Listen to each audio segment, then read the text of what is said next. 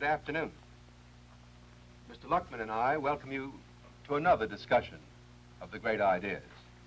We want to thank you for the many fine questions, some of which we have selected to consider this afternoon. I wish, Lloyd, that we had time to handle all of them because they are so good. As we go on this afternoon with the discussion of labor, I would like to remind you of the point in the discussion at which we stopped last week. And so I'd like to take you back to that homemade chart I used last week at the end and pick up that point in a quick summary of it. The chart showed leisure as being something in between, something intermediate between work and play. Because leisure activities, like play, when play is amusement, involves freedom of choice. We can do it or not do these things as we please. In the case of play, we have no obligation to play whatsoever. But leisure is also something like work. For though we have freedom with respect to the things we ought to do in matters of leisure activity, nevertheless we have some obligation to ourselves to perform these leisure activities insofar as they are the occasions by which we grow morally, spiritually, intellectually. And the question with which I ended last time about the shadowy line that there is between work and leisure, I gave only one answer to last time. The answer that this chart indicates, that leisure is something like work and something like play, and so tends to be sometimes confused with work or labor. But there is a deeper answer to that question, an answer, by the way, that one person who wrote us a letter and sent us a question saw right into. Lloyd, you remember the question from Mr. Thompson? An excellent question. I would like to have you read it for us. Well, here it is. Mr. Thompson lives in Walnut Creek, and he wrote, since both leisure and work can be characterized by the element of obligation, and since leisure activities are motivated by moral obligation, but work is motivated both by moral obligation and the need for physical subsistence. Therefore, cannot the desirability of work be assessed by the proportion of the compulsion that is moral? Or, as he says, to put it more simply, is not work the more virtuous, the less it is simply a matter of biological survival? Cannot this standard be used to measure all the shades of work from drudgery to sheer paid leisure? As I said, Lloyd, that's an extraordinarily good question, and it's more than a question, because what Mr. Thompson's done here is to give us the answer to the question, and the answer contains a great deal of insight about work and leisure, particularly about the shades of work, as he used his phrase. They shade, let me repeat what he said, they shade from sheer drudgery at one extreme to what he calls sheer paid leisure at the other. That, by the way, Mr. Thompson, is a wonderful phrase you invented, sheer paid leisure. And I take it what you mean by that phrase, I'd like to see if I explained it correctly, is that these activities you call sheer paid leisure are the kind of things that you and I would do, that men would do, even if they didn't need to be paid, even if they didn't need compensation. They are like leisure activities, even though, as a matter of fact, someone gets paid for doing them. Now, there are 2 points, I think, in your insight, Mr. Thompson, and I was so struck by it that I did another chart at home that I brought with me, and I'd like to see if I can convey your insight to all the rest of the people involved in listening or watching this program by expounding it a little further. Let me show you another chart that I think contains Mr. Thompson's insight explained a little more. He says there are 2 kinds of obligation. Moral obligation to do the things that improve us, that make us grow, and the biological necessity we have of working for a living to earn the things that keep us alive. And the kind of going along with moral obligation is the intrinsic reward of satisfaction, whereas the kind of activity that is biologically necessary, we have to be extrinsically compensated for. And he says between these 2 extremes, there are all the shades of work from drudgery at one extreme to what he calls sheer paid leisure at the other. There, rising from the bottom to the top, one would get the various gradations of work in proportion as they involved more and more intrinsic reward and moral obligation to do them, because they were the kind of activities that improved us. Now, it seems to me that this is an extremely clear point, and I hope that as we go on this afternoon, we shall be able to develop it even more fully. But first, I would like to make one preliminary remark. One thing that occurs to me as I look at a chart of that kind is that one and the same activity can be work or play or leisure. For example, consider dancing or football. For some men and women, dancing is recreation or play. But for professional dancers, it's work. Take football. For many boys in school and college, I hope at least that football is play, not work. But there are some, and there certainly are professional football teams, for whom playing football is work. Or consider such things as gardening and carpentry.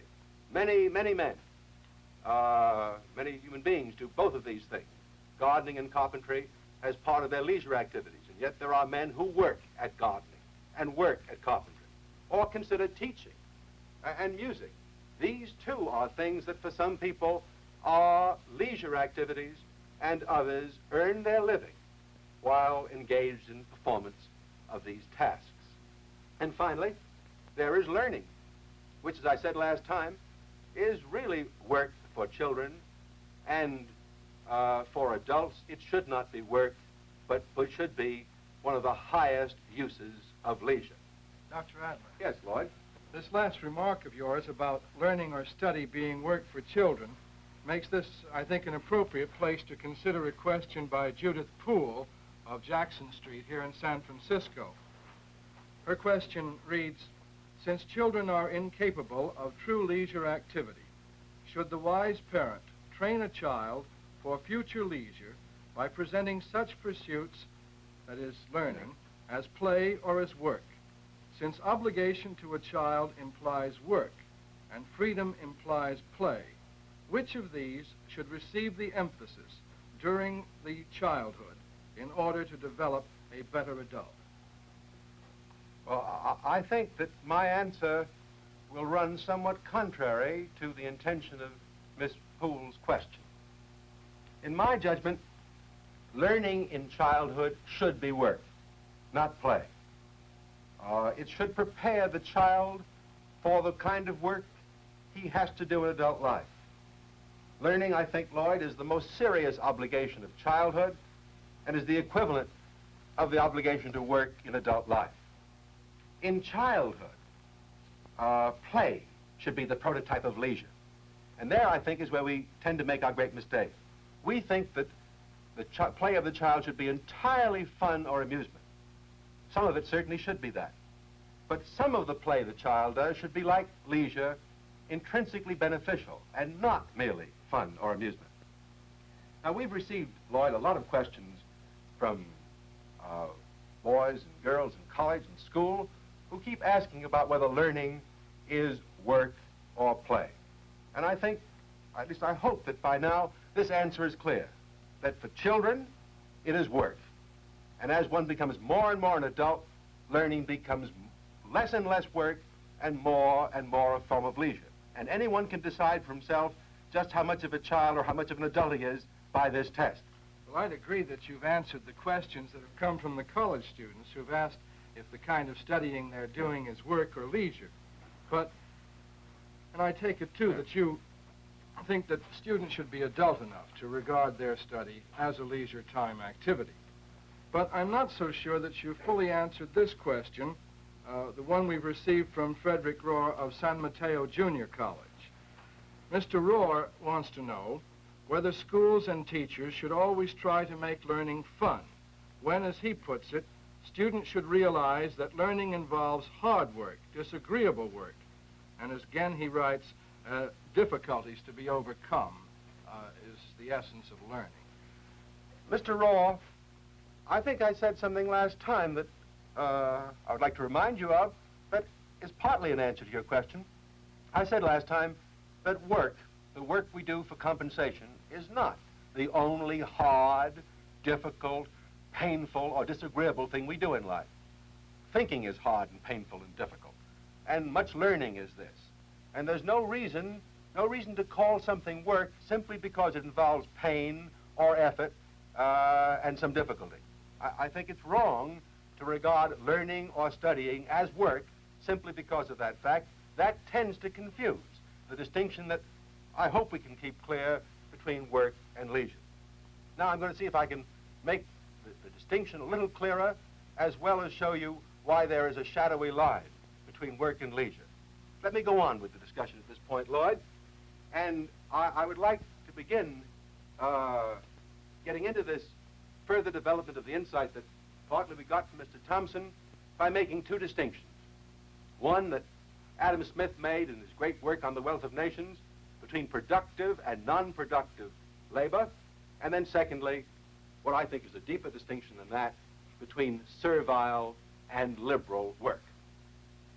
Now, Adam Smith's distinction is between the kind of work that produces economically valuable goods and services, whereas what he called non-productive labor or work produced only non-economic services, the services of the ministry, the services of the physician, the services of the teacher, the services of the government official. These have no economic value, and therefore he called them non-productive work. Now, what interests me about this distinction is something that may not have occurred to you. We have a lot of different names for the ways in which men get paid or compensated for what they do. We speak of wages and salaries. And wages, by the way, there's a distinction between wages and salaries. Wages, I think you'll see, are the kind of pay one gets for a fairly low grade of work, productive work. Salaries are paid to men who do work that may involve a little leisure. And as one gets to the kind of work that is higher in the scale of work, we don't use the word wages and salaries at all. We talk of paying fees to a physician. We talk of honoraria to artists and lecturers. As a matter of fact, they ought to talk about fees and honoraria to teachers, not salaries. And finally, when we come to the priesthood or the ministry, we talk about the priest or the minister as having a living, not even a fee or an honorarium. I think these words that suggest different kinds of payment also suggest something about the kinds of work. And so I turn to the second distinction, which will make even clearer, I hope, the grades of work from one extreme to the other, from the extreme of servile work at one end to the extreme of liberal work at the other. To suggest to you what is involved here, let me show you some pictures of men at work. And as you look at these pictures of men at work, keep before you the question, are all these pictures of men doing work in the same sense of work?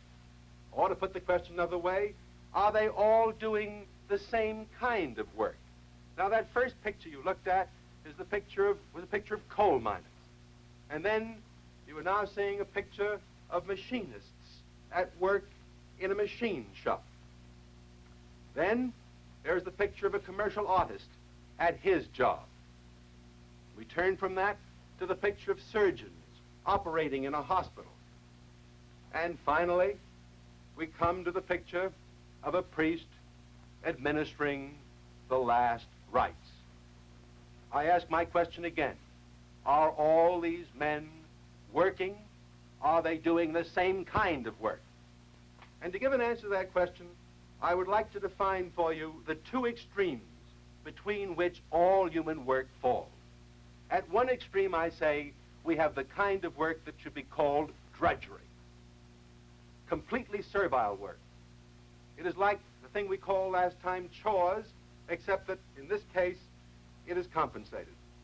It is the kind of work that is repetitious day after day, that is stultifying to the human spirit, and that no one would do except for the compensation. No one would choose to do this if he could possibly avoid it and gain a living in some other way. At the other extreme, we have the kind of work which, Do you recall last time Mrs. Bronnerson used the phrase labor of love, Lloyd? The kind of work I would like to call a labor of love. The kind of work which is completely liberal, therefore. It is varied from day to day. It is self-improving rather than stultifying. And it is the kind of activity that a human being would perform or engage in even if he did not get compensated, even if he had a living from some other source. He would still do this kind of thing because it's exactly like leisure, self-rewarding, intrinsically satisfying. Now, all the shades of work fall between these two extremes of drudgery at the bottom and labors of love at the top. I have another one of my homemade charts to show you this picture. Here it is. At the bottom, we have the kind of work I call sheer drudgery. Repetitive, stultifying, done only for compensation. Wouldn't be done except to earn a living. At the very top of the chart, I have what is not work at all. Leisure activities, characterized by their variety, their being intrinsically beneficial, things done for their own sake. And very close to leisure activities are the kind of work or working jobs that I call labors of love, which, like leisure activities, are varied and beneficial and would be done for their own sake, even though, in fact, we may be compensated for them. The kind of thing Mr. Thompson called sheer paid leisure. Now, all work is in a scale between those two, and as one goes up the scale, one gets work that is more and more liberal. As one comes down the scale, one gets work that is more and more servile. As I say, everyone's job, everyone's way of earning a living involves some of the liberal, some of the servile, some aspect of leisure, some aspect of drudgery. And if you were to ask me whether you could tell in your own life, in your own job, in your own working day, what kind of a working job you had, how much of leisure was in it, how much of drudgery, I can give you two criteria for answering your own question. Ask yourself about the importance of the compensation. Would you keep on doing it if you didn't need to earn a living? If you stopped tomorrow, if you had a living provided you, then I say there's a lot of drudgery in it. If you would go on doing it, even though you had a fortune before you, then I say there's a great deal of leisure in it. There's a second criterion. How much do you watch the clock? If the time of the working day is sharply divided from free time, the time left over for play and leisure, and you look at that clock and want the working day to come to an end, then it's full of drudgery. But if in your life the line between the working day and the leisure hours is a shadowy line, almost doesn't exist, then your work goes right into leisure. I would say, for example, if I may speak for you as well as for me, Lloyd, that we are very fortunate being teachers, leading that kind of working life, because I'm sure that, I really feel sure for both of us, that were we enabled to, with an income, a private fortune, not to have to earn a living, we probably would go on doing very much the same thing. Now, the hard part about it, and that's the good part, the hard part of it is I never know when my working day stops. My work goes right into my leisure activities so continuously that in some sense I have less free time. That's a silly thing to say, of course I have a great deal of free time. All my time may be free time if work and leisure are so inseparable, as I think they are when one gets up the ladder of work to work that is a labor of love. Would you pause for a moment yes, here? Lloyd? I have a question I'd like you to answer. It's from Mr. Keachy in Berkeley, and we discussed it, I think, in this connection, too. He writes, in view of your statement that work is done only to secure a livelihood, is it wrong or fallacious to try to motivate workers by appeals to pride, to craftsmanship, and to competition? Not at all, Mr. Keachy. Those motivations are good motivations, but let me add a warning. Too many employers use them in a hollow and superficial manner.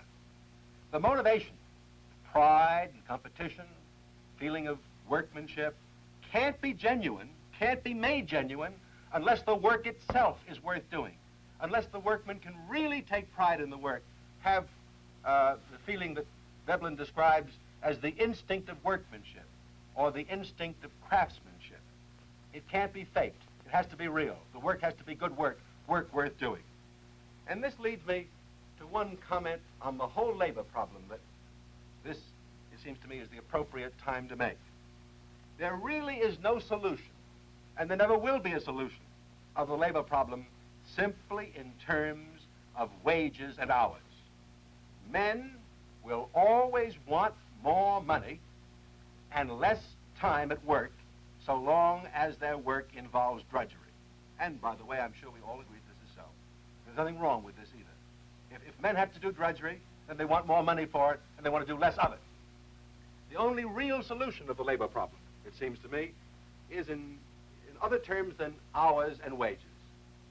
The real solution of the happiness of men at work, their satisfaction, is to make the work itself less drudgery and more intrinsically worthwhile, so that more and more it becomes liberal and a labor of love. Now, it's this last insight about the labor problem and the relation of the character of the work to the satisfaction of the workman that brings me to one of the great notions that really is born in our own day. You may be surprised at this. The phrase we use all the time, the dignity of labor, the dignity of all forms of labor, would have been unheard of, unthought of 150 years ago. And as I said some weeks ago, talking about the difference between our society and all the previous societies, our industrial democracy and the pre-industrial or aristocracies of the past, in all these past societies, pre-industrial and aristocratic, there could be no meaning to the dignity of labor. In fact, the only thing that could have dignity would be leisure, because leisure was the occupation of free men. Labor could have no dignity, because labor was the occupation of slaves. For the first time in our society, an industrial democracy, which is in that sense a classless society, because all men are both working men and men of leisure, labor for the first time has dignity, because now for the first time free men work. Men who are free in the sense of being men of leisure, men who are free in the sense of being citizens, are also men who work, and therefore work is dignified. And this is the social or external aspect of the dignity of labor. It's respectable now because free men do it, not just slaves. But there is also an inner and spiritual aspect to the dignity of labor that has to do with the character and the end of the work itself. Work has dignity internally and spiritually if it is the kind of work that is worth doing, if it has liberal elements and aspects of leisure in it. That's in terms of its character, that it's worth doing for its own sake. And secondly, work has dignity in terms of the end or the goal of the work. To have intrinsic spiritual dignity, the end or purpose of the work must ultimately be the good of the workman or the good of society and not the private profit of another man. Now let me summarize this point for you in my final chart for today. I'd like to get this point quite clear because I think it's such an important point for all of us to understand. This word dignity is so important in anyone's life. What I've done in this chart is to compare the dignity of man and the dignity of labor. When we talk about the dignity of man, we say he has this dignity because he is master of himself. No man slave or servant. He has freedom. And we say he has dignity because he's treated as an end and never merely as a means. Now let me turn those 2 points over into the dignity of labor.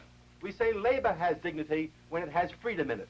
The freedom of contract, of hiring and of taking one's job at one's own will, or giving it up at one's own will. The freedom of choosing one's own occupation, one's own way of earning a living. This the slave cannot do. Freedom of contract and choice of occupation is part of the dignity of labor. But the other part comes from the end of the work and its character. It must be work that is worth doing for its own sake.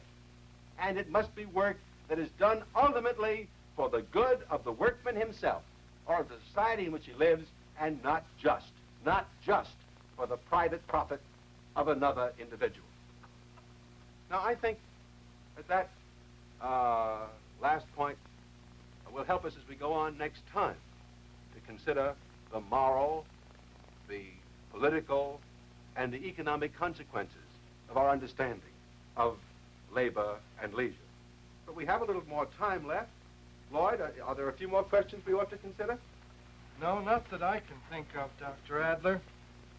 I think you've answered most of the questions that are relevant to today's discussion. I have here all the questions we received from college students about whether they're working when they study, and we've answered that. You've also answered the question whether the businessman who acts as a non-salaried chairman of a welfare agency is working or performing a leisure duty or activity. And then we have, well, this question, whether one and the same occupation involves elements of labor and leisure. Answer that, haven't we? Yes. That one is answered. And another question, whether the way in which a man earns a living may be for him almost completely like a leisure activity. Labor of love. Labor of love, yes. yes. Indeed. And, no, those are all the questions I'd have to offer. Well, I feel better than I did at the beginning, Lloyd. I was afraid that we had so many good questions that we might have to slight some of them, but I think maybe Mr. Luckman is right, and I hope he is, that today's consideration of labor and leisure answered, in principle at least, if not in detail, most of the questions we received. Now, next time, in the fourth Sunday on labor and leisure, as I said a moment ago, I want to talk about the moral, political, and economic consequences of our understanding of labor and leisure. And then, in the last Sunday of the month, I want to talk about education, liberal education in relation to work and leisure. I hope you will all again send in these excellent questions you've been turning into us. Thank you very much.